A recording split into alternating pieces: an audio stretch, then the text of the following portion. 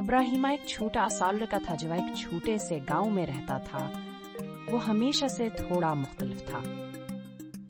اسے ایسا لگتا تھا جیسے وہ چیزیں دوروں سے زیادہ تیزی سے سیکھتا ہے۔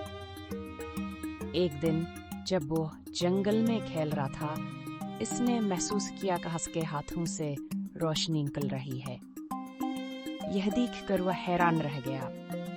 اس نے اپنی طاقت کو آزمایا اور دیکھا کہ وہ چیزوں کو ہوا میں اڑا سکتا ہے اور دور سے چیزیں اٹھا سکتا ہے۔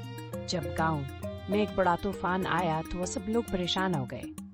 درخت اکھڑ رہے تھے اور گھروں کو نقصان پہنچ رہا تھا۔ ابراہیم نے فیصلہ کیا کہ وہ اپنی طاقتوں کا استعمال کرے گا۔ اس نے اپنی توانائی سے ایک حفاظتی دائرہ بنا لیا جو ہوا اور بارش کو روک دے۔ سب لوگ حیران رہ گئے نے دیکھا کہ ابراہیم نے انہیں بچا لیا ہے۔ طوفان کے بعد سب لوگوں نے ابراہیم کو ہیرو مان لیا۔ اس نے سیکھا کہ طاقت کا صحیح استعمال کس طرح کیا جاتا ہے۔ ابراہیم اب اپنے سپر پاورز کو دوسروں کی مدد کے لیے استعمال کرتا ہے اور اس کا گاؤں ہمیشہ اس پر فخر کرتا ہے۔